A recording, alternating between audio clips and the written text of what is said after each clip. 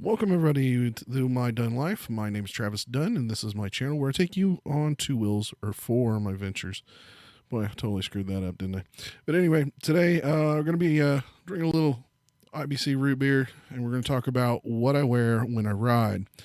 And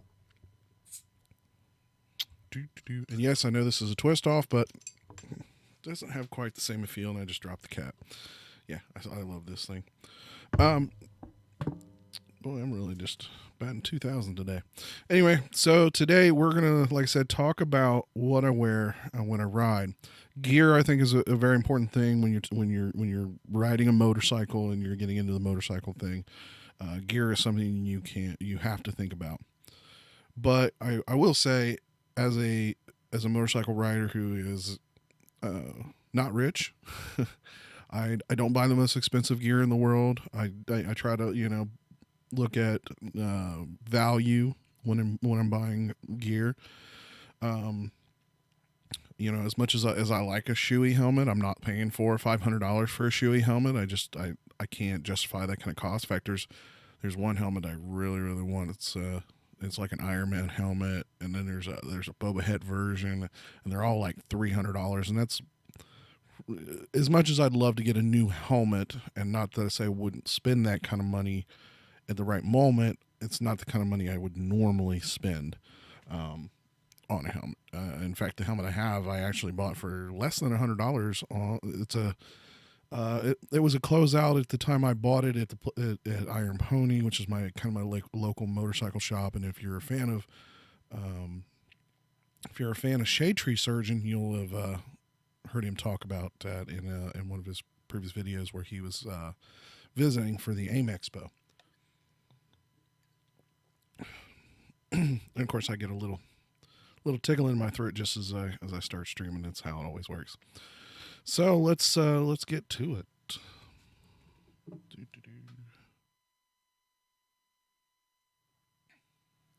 Try to clear my throat just a little bit there. Okay, first up, we're going to talk about my main jacket. This is a jacket I wear most of the year. I do have two other jackets that I'll show in another part of this.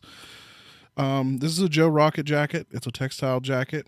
It does have CE rated armor in it, and it also has a inner like a weather liner or whatever.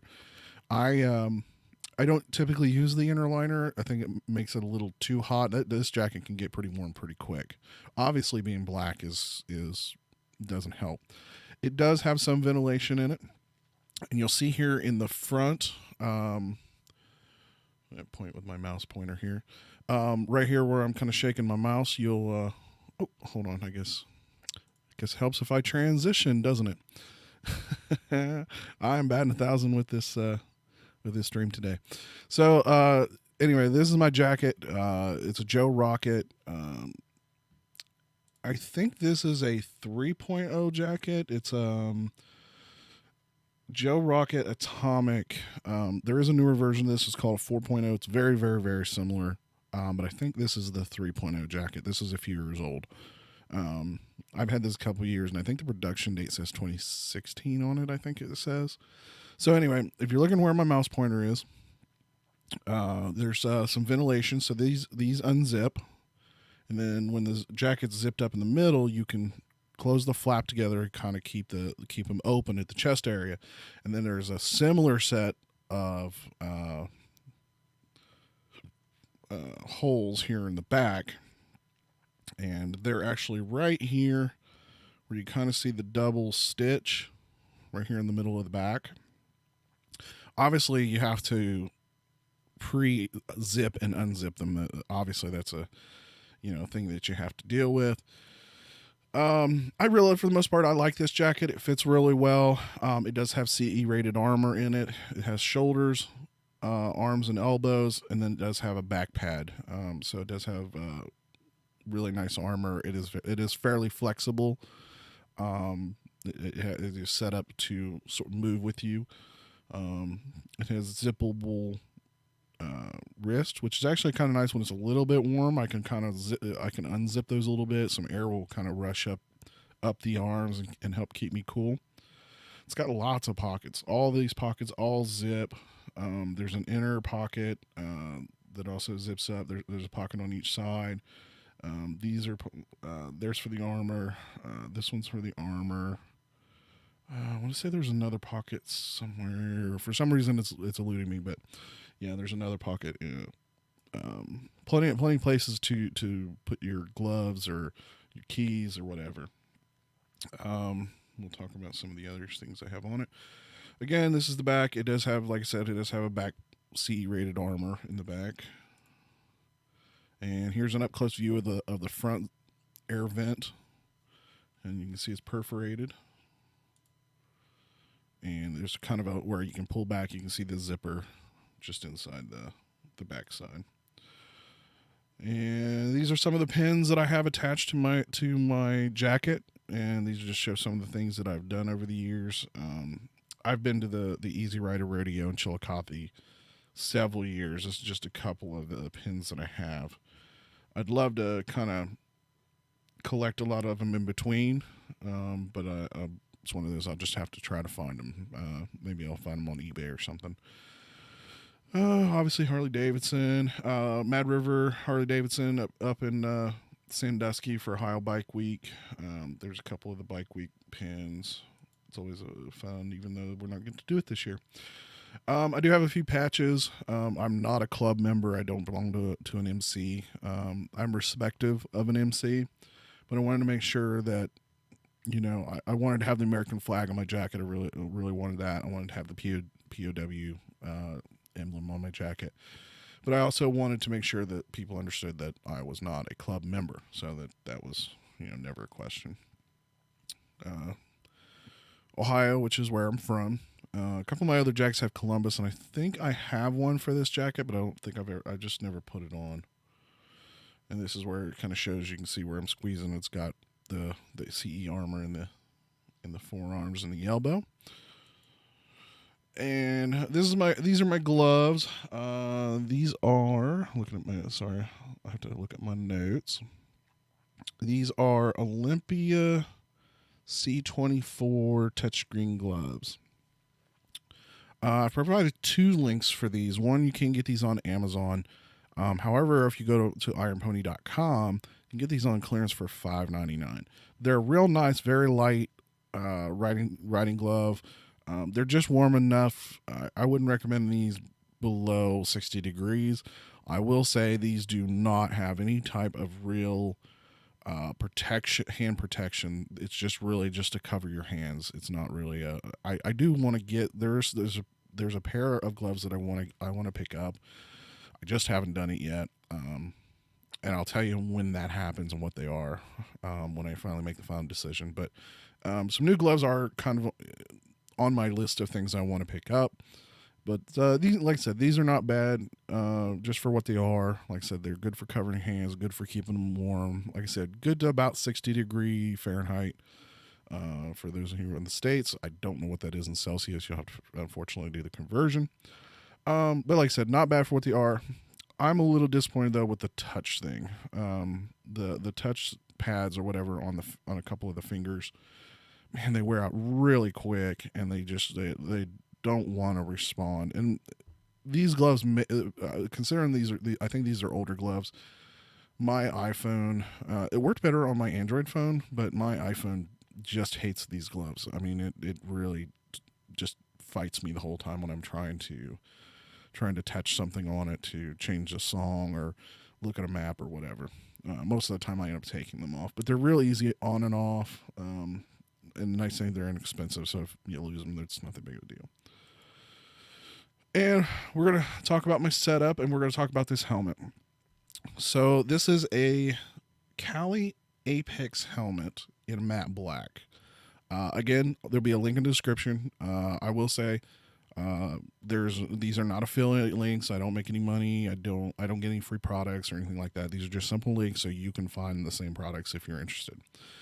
So this is a Callie helmet in matte black. Kind of have a love-hate relationship with this helmet. It fits really good.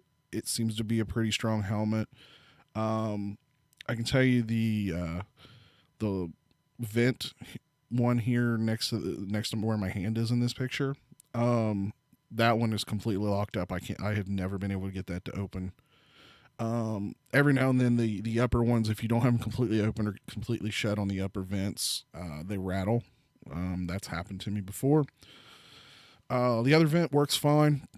But I would say I wish it had a little more ventilation. I wish the air vents were bigger.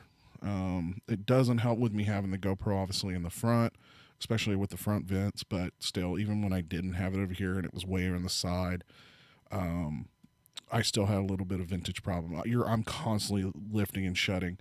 This also does not have a, oh my gosh, it's on the tip of my tongue. The helmet, what I'll call the extra film that you put inside, pin lock, that it doesn't have a pin lock in it. So this will fog up on you. I have tried to put some anti-fog on it, and it kind of reacted with the windscreen or the plastic. So I don't suggest that. I have recently did a special cleaning on this and got it mostly clear, but I did ruin the clarity a little bit when I did that. Now, I will also say this helmet has the built-in shades. So if you're like me and you wear glasses or you don't want to, have to keep putting, because, and this helmet can be too, if I've got some, prescription riding glasses.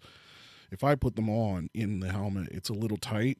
My glasses, I prefer to wear my glasses just because it's not as tight in the helmet. And so having that flip down, which actually would be this side on me, having the flip down tinted, kind of a goggle covering gives you that nice compromise between wearing aftermarket sunglasses or trying to swap out your face shield for a tinted or whatever. So it's kind of nice to have that. We'll also talk about my motovlog setup.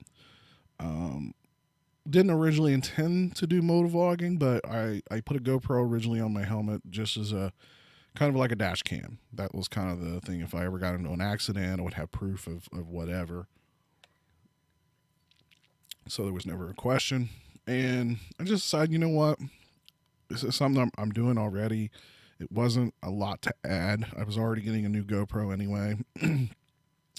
And I wanted to upgrade. So I ended up moving the GoPro further over, which you can see here. And this little mount, also link in the description, puts the camera right in front of the middle. Which if you got a helmet that has kind of like that middle chin that isn't real GoPro friendly, but you can get a little further around, this is a real nice option because it does allow you to bring the GoPro kind of in the middle instead of doing like the side shot, which some people like, some people don't. I'm okay with it. I understand it, but I prefer the forward shot. Now I put a right angle USB-C connector. Oh, this is a Hero 8 with the GoPro Media Mod. Now it doesn't show here because I'd use the camera for something else. But normally I will take some electrical tape and I will cover this microphone. I'm a little concerned that the wind might damage this microphone, so I cover it up just as a precaution. Plus, if I ever run a situation where it does start to sprinkle, because this Media Mod does not make a waterproof connection to everything. So, and obviously the microphone is not friendly with rain. So I put some electrical tape over to cover it up and to protect it. So normally you would see that there. So I've got a right angle USB-C, again, link in the description, something you can buy on Amazon. And then I got a 6-inch USB-C cord, which is phenomenal. I wish it was in black. It would be probably my only complaint about this. Works great, keeps the GoPro going. And I haven't had any so far. I've only had it for a short time, but I haven't had any issues with it. I really like it over a long cord. Obviously, anything to prevent extra cords and dangly shit on your helmet is always a good thing.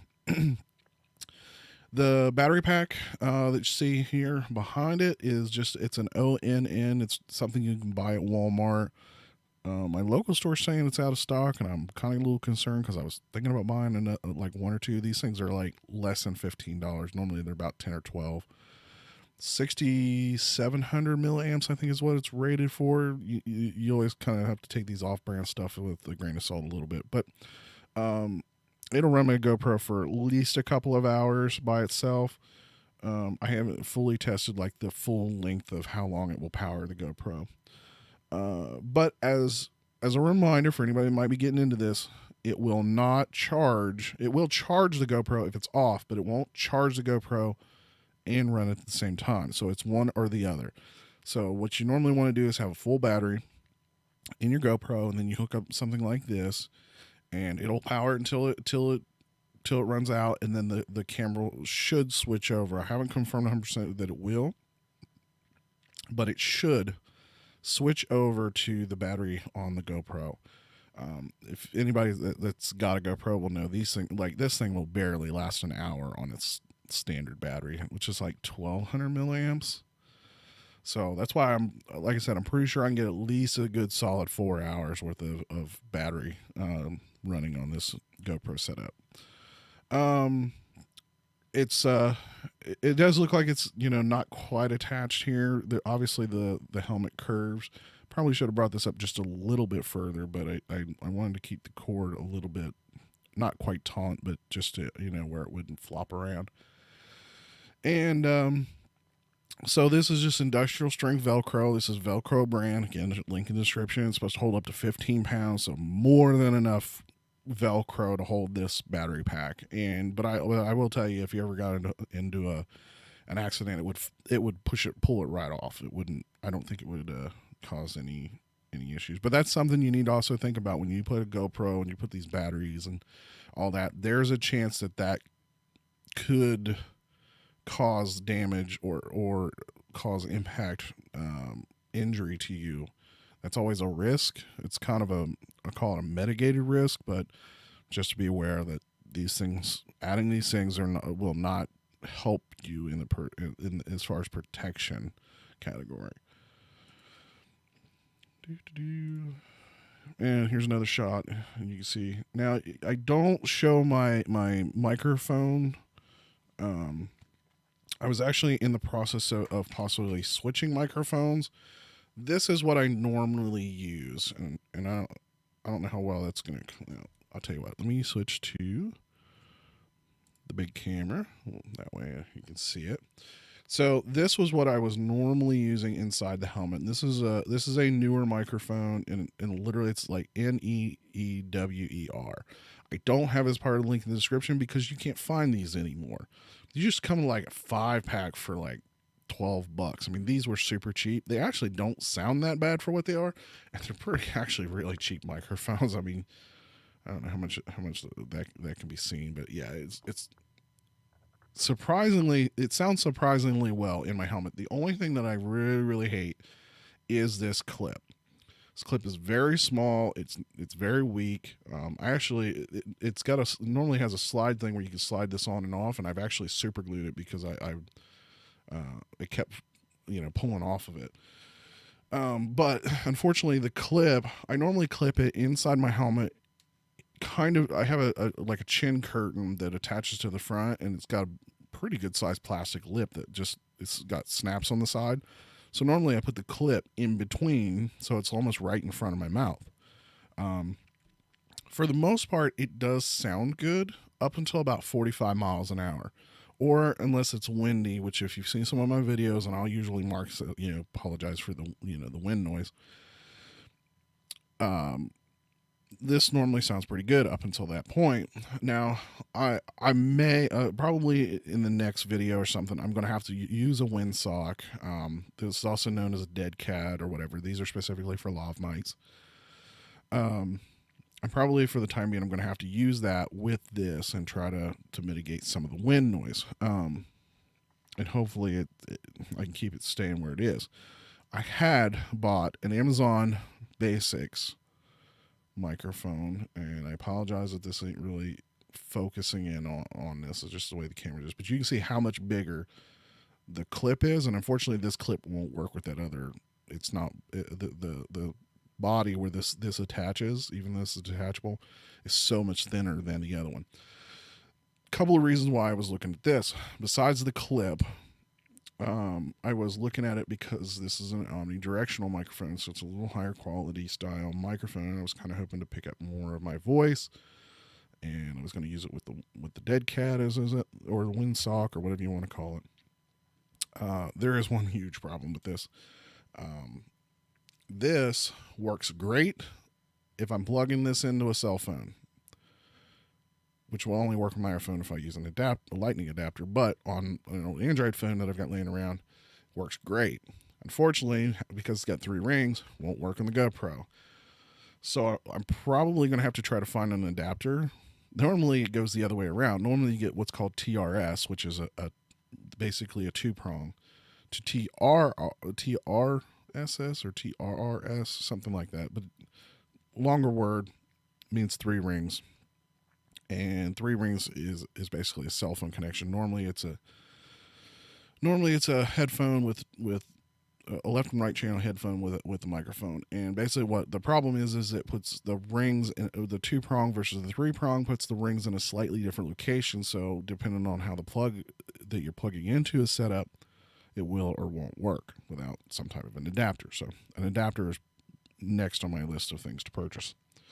And I hope that microphone, it seemed like it sounded okay when I tried it on the, when I tried it with my cell phone. So I'm kind of hoping it will sound pretty good. And I'm hoping with the dead cat, it'll eliminate some of that noise that that every motovlogger fights with. If for some reason it doesn't work, then, maybe I'll go to a squid microphone that seems to be real popular. That may just be what I end up going with. So, but overall, I'm like I said, I kind of have a love-hate relationship with this microphone or with this helmet. It's not bad, and here's an up close with the right angle, which makes it real nice because it keeps the cords from bending up, and you're not putting pressure. Because normally this for the view that I normally have, that thing is normally tilted all the way back and leaning up against the front of the helmet. So. All right, this is number 2 jacket that I have, and this is made from Bullet, BULL-IT. It can be a little hard to sort of find. Again, there's a link in the description to one. Next, this is another one of those. This is a slightly discontinued model. The one I found is a slightly newer version of it. But I don't have the armor in this right at the moment. This is a fairly heavy hoodie style jacket. Not quite as warm as this is kind of my in-between jacket. So it's not quite as warm as my regular jacket, but not quite as open as the other jacket that I'll show. I really like this jacket.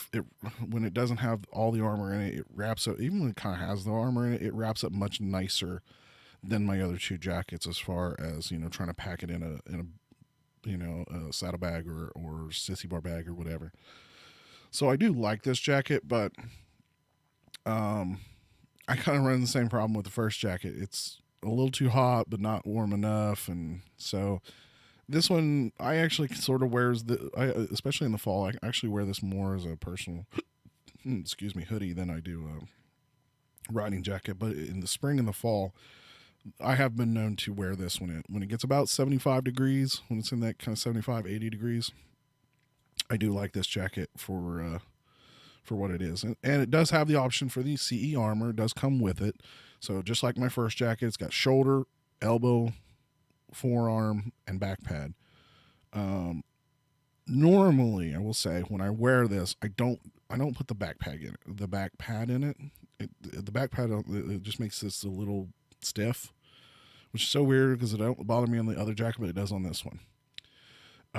You'll see that I've got patches. I've added patches. In fact, the Harley Davidson logo is covering the Bullet logo. It's over that. Obviously, Sportster, because I ride a Sportster.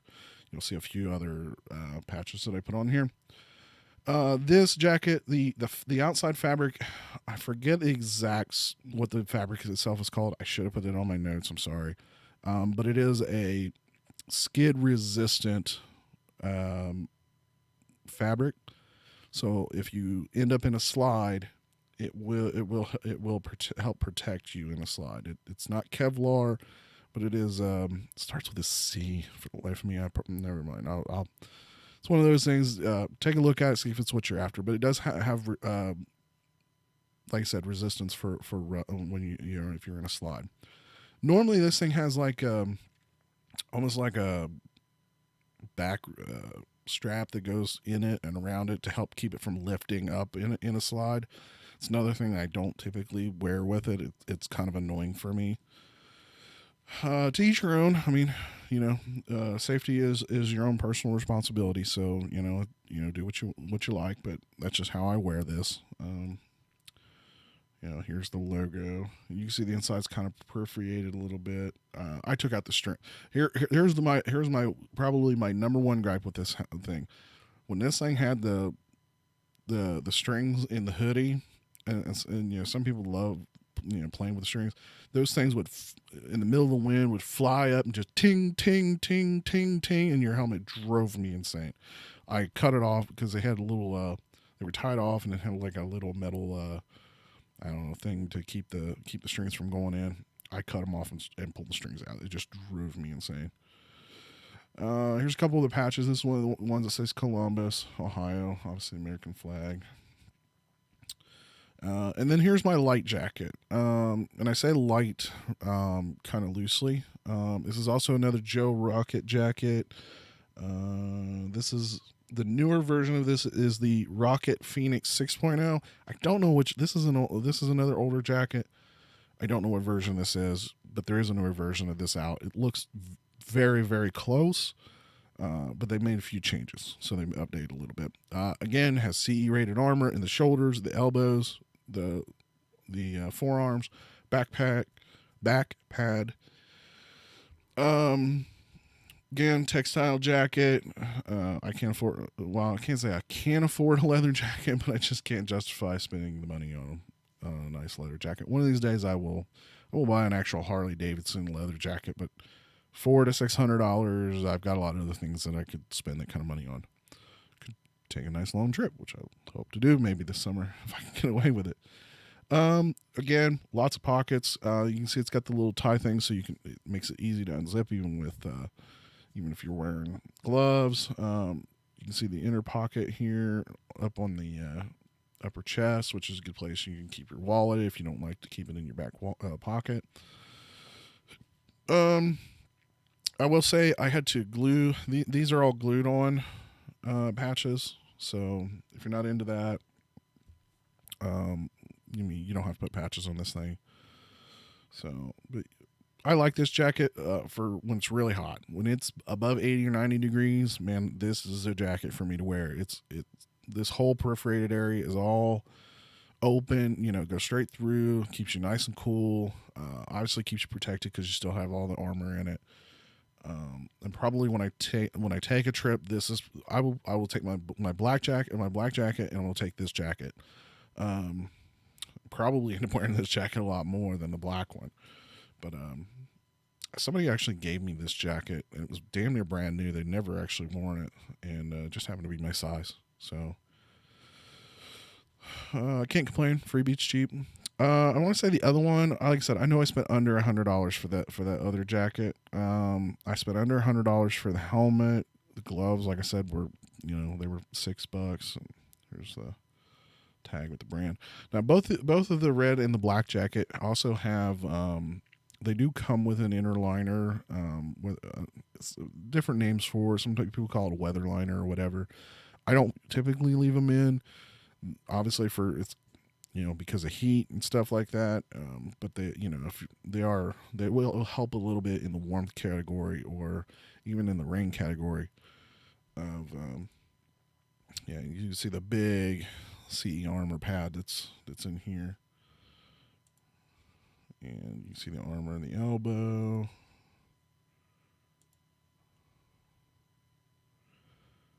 Let's see. I thought maybe that's it. I think that's it. We only got the 2 jackets, 3 jackets, gloves, helmet. Yeah, that's pretty much it. I do have I actually have 2 rain suits. I have a cheap Frog Togs, and then I've got another one that's a little higher end brand that. I will say if you're anywhere near the Columbus, Mansfield area, because they have 2 locations. I think one's in Mansfield, one's in the north side of Columbus.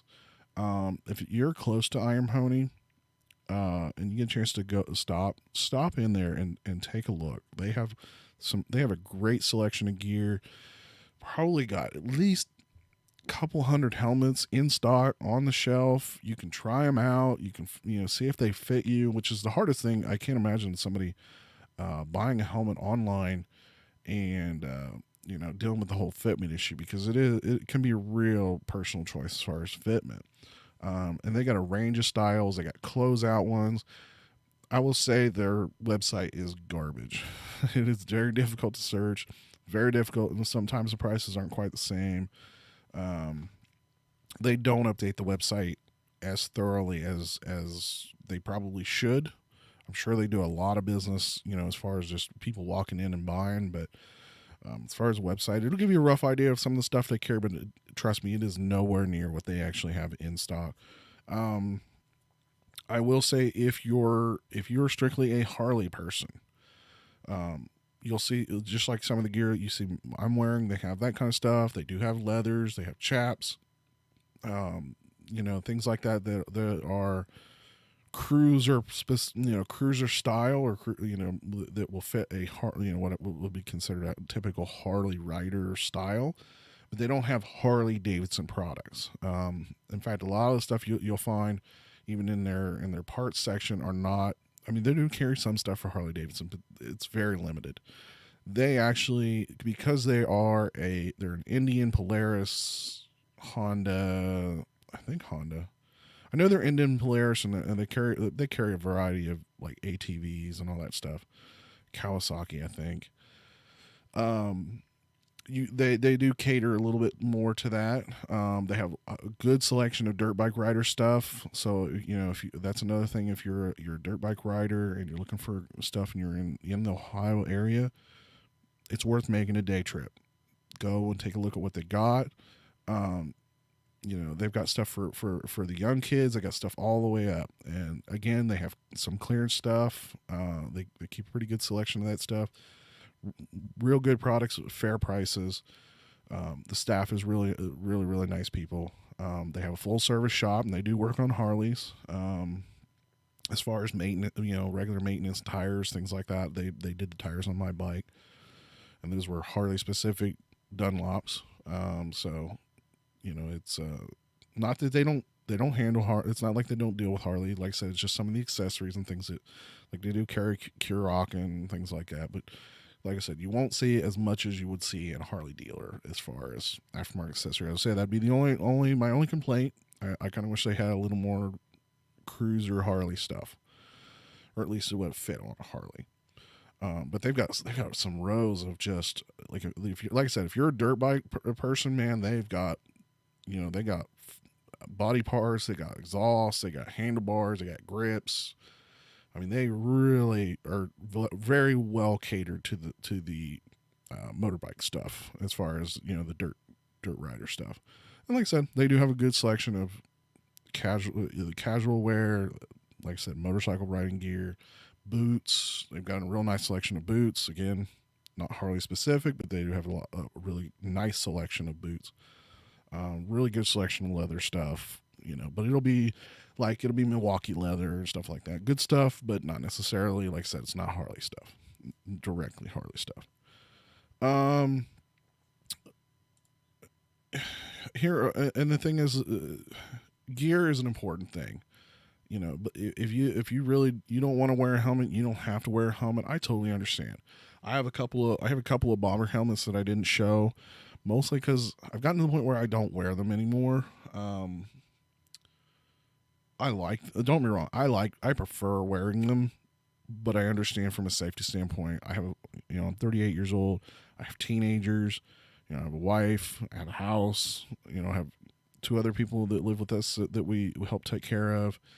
I have to think about them too. You know what I mean? It's like, as much as I the wind in your face type of thing, my safety is somewhat important. Yes, I have a pretty good sized life insurance policy, but it only replaces so much. It's only money. And I don't dog anybody for not wearing certain types of gear or whatever. I will say, don't wear flip-flops. I've worn tennis shoes. I'll admit, I'll wear tennis shoes sometimes. I have boots. They're not technically specifically rider, but they are a stiff wall boot. They're not steel toed or anything like that, but they're but flip-flops just don't make sense to me. I don't think I'd ever wear shorts as much as I sort of understand that if you're really, really hot. But if you don't want to wear a jacket, I understand. Trust me, I understand. There's time, a real short ride. I won't necessarily throw a jacket on, even though I've pretty well gotten into the habit of throwing a jacket on, even on a short ride. If I'm going around the block or just going up the road and back and, doing a test ride, I won't throw a jacket on. I'll throw my helmet on, but I won't throw a jacket. But I understand, like I said, that some people don't like it, and some, it's required in some states. And if you're traveling on a motorcycle, you got to be aware that you're responsible for knowing the laws in that particular state. And so if you got to wear a helmet, you're supposed to wear a helmet. It is what it is. But again, your safety is your own. I don't know. Let's see. I'm trying to think if there's anything else I wanted to talk about.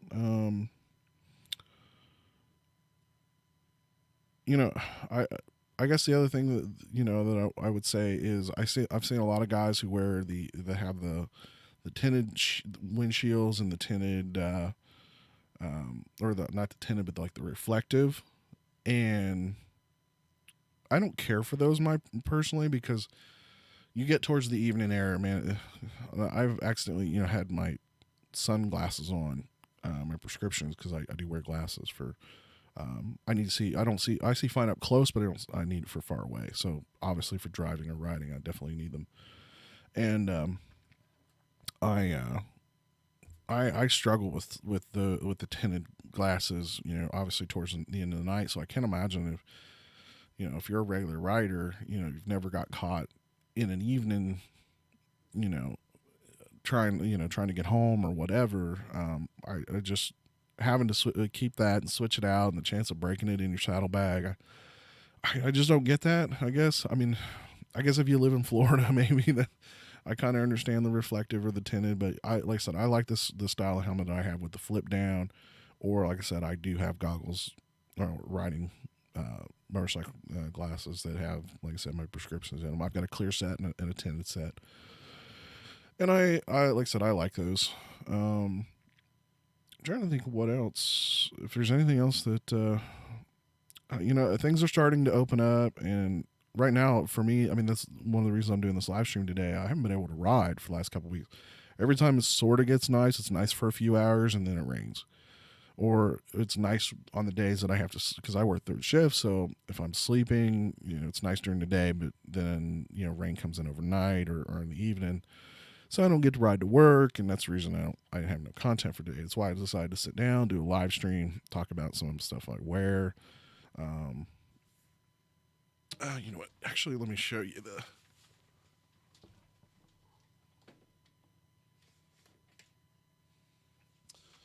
I might as well show. So this, I have a red one and a black one. I got these really super cheap at Iron Ponies or on clearance. Like I said, better than nothing, obviously. But in the same boat, these are not going to provide great protection for your head. Almost statistically, they talk about that chin injuries are a huge thing.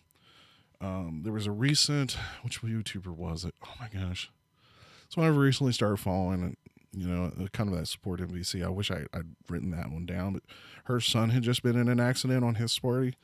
And you could see the scrapes down the side of his helmet where he basically, scraped across the ground.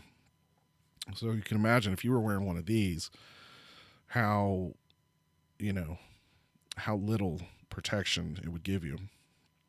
I would say if you're absolutely like you don't want a full face helmet, there's two options I would highly suggest.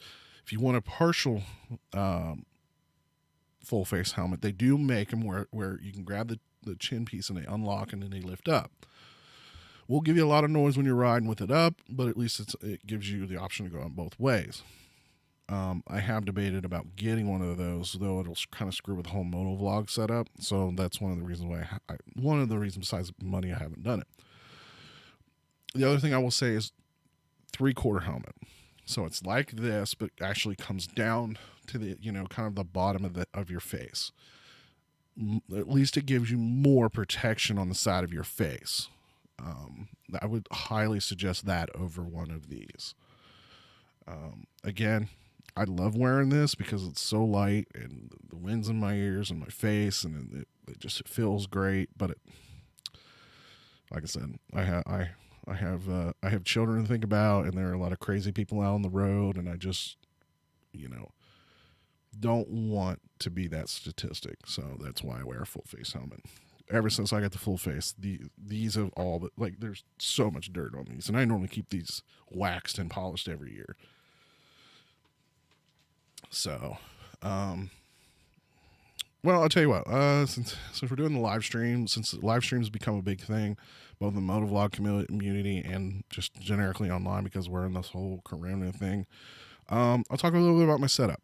Got a custom built Windows PC, and it like literally is totally custom. I spend normally about $500 a year doing an upgrade or two. This will be the first year, at least so far, I've not done that.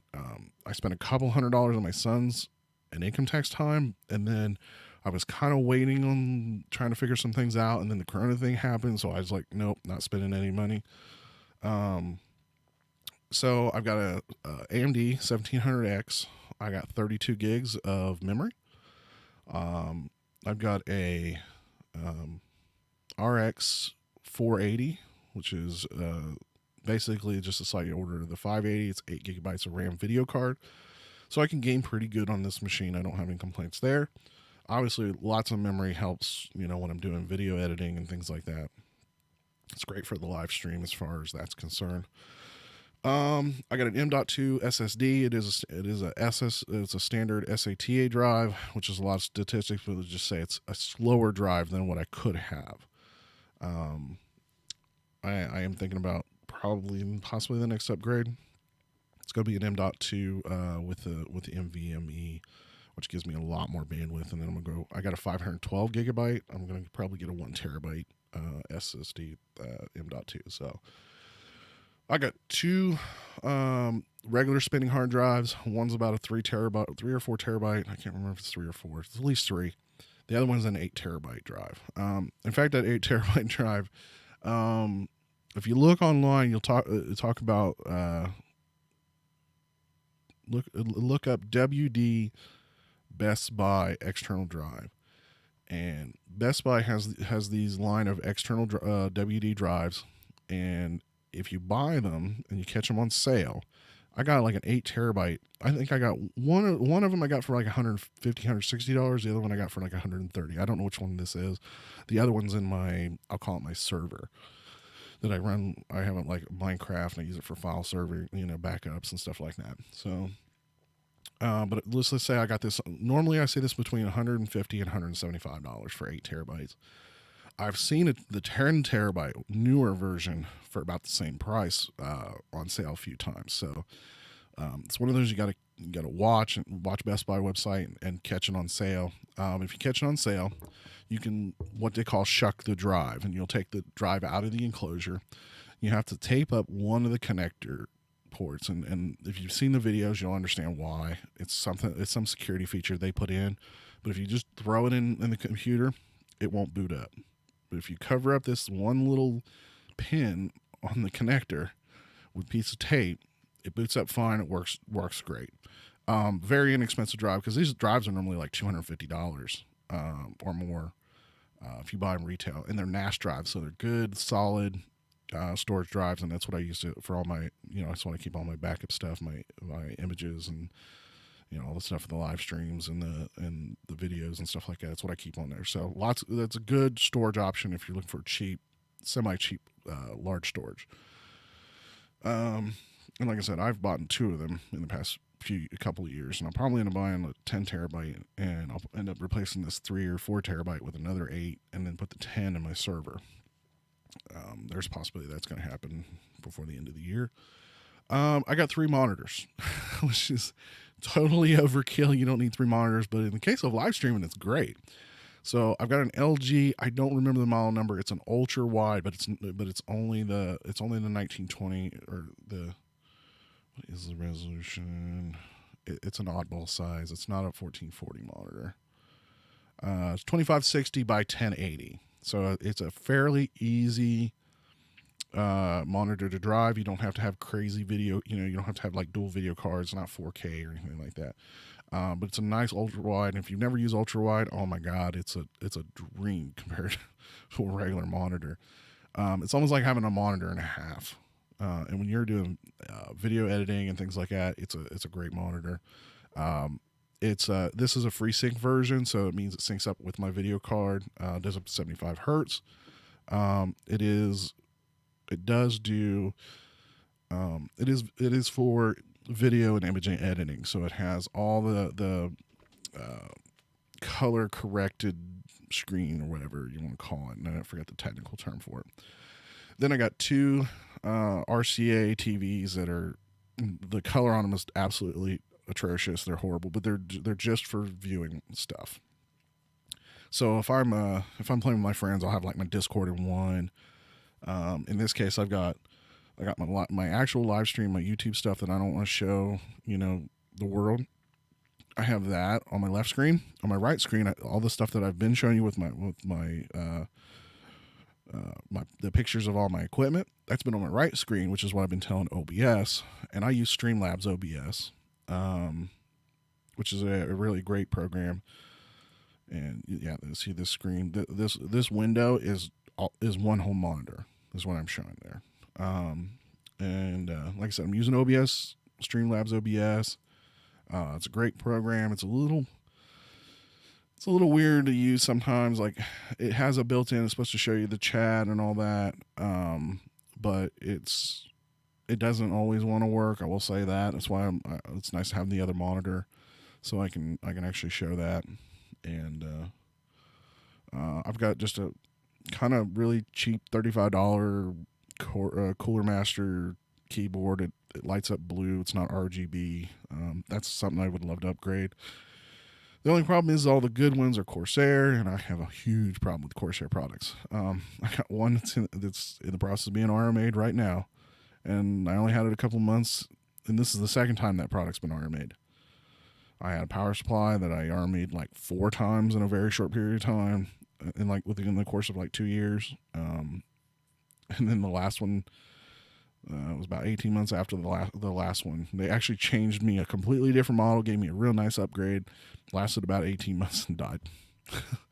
And I swore that between that and that water cooling system that I've got RMA'd, that's the last Corsair product I will ever buy. As far as my camera that you're seeing me on, Logitech. I don't know if I've got the 920 or 922. My son's got one, so it's one of the two. They're pretty much the same. There's a couple little features that the 922 has, but it's really about the same. Decent, pretty much next to impossible to find these days with the Hulk or anything.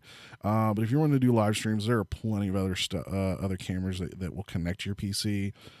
Canon finally came out with a software package that will let you use a Canon DSLR, or a lot of their Canon products. You can use it as a webcam, which is really, really awesome, and do it direct without having to go through a capture card and all that BS, which adds a ton of complexity to the whole thing. All right, I think this is where I'm going to end today's live stream. Hopefully, I'm doing more of these. I don't know what a regular schedule. This may be something I do pretty much when I don't have regular like vlog content for when I'm on the bike or whatever. So feel free just to make sure you like and subscribe. Make sure you hit the notification bell, because you never know. Typically, I post something on Mondays. Mondays seems to be my day. I normally do 8 a.m., but obviously, like today, I didn't have something ready. So that's why I was doing a live stream with this content. I think I'm going to push it to like 5 or 6 p.m. Eastern Standard Time. I think that's going to be my new daily or Monday, weekly. So that way I can do a live stream if I want to do a live stream, or if I got regular content, I can post that and have it ready. So again, thanks to everybody that's been supportive. I want to thank Fletch Dyna. He's been real supportive for my channel. I want to thank Scouse. I've been on some of his live streams a few times. Hey, Dad Mad. Yeah, you know what? Me too. Trust me. I watch a ton of YouTube at work because I work third shift and I'm by myself. So I'm still about a week behind on a lot of contents. But Dad and Matt, if you've never watched their content, go and like, subscribe. There's a really cool pair. Matt is actually his daughter. She's absolutely adorable, and it's just fun to watch those two talk back and forth to each other, and they ride together, which is really, really awesome. In fact, they've got some videos talking about specific gear they bought for their for his young children, so they can go riding with him, and I think that's absolutely just awesome what they've done. So yeah, make sure to go say hi to Dad and Matt, because yeah, they're really cool people. And he usually tries to comment at least on some of my videos whenever I post, so I always appreciate that. Trying to think of anything else. I think it's going to be just about it for today. Like I said, just keep watching. There's going to be more content. I'm really trying to put together some type of big trip this summer. I've just got to kind of work out the details with my stepdad. So, oh yes, you too, man. It's like I said, you've definitely been a big supporter of the channel here lately, so I do appreciate it. And all right, well, that's where we're going to end it today. Thanks everybody. Have a great day, have a great week, ride safe, ride often, and we'll catch you in the next one. And we're going to transition. Hopefully transition works. There it goes.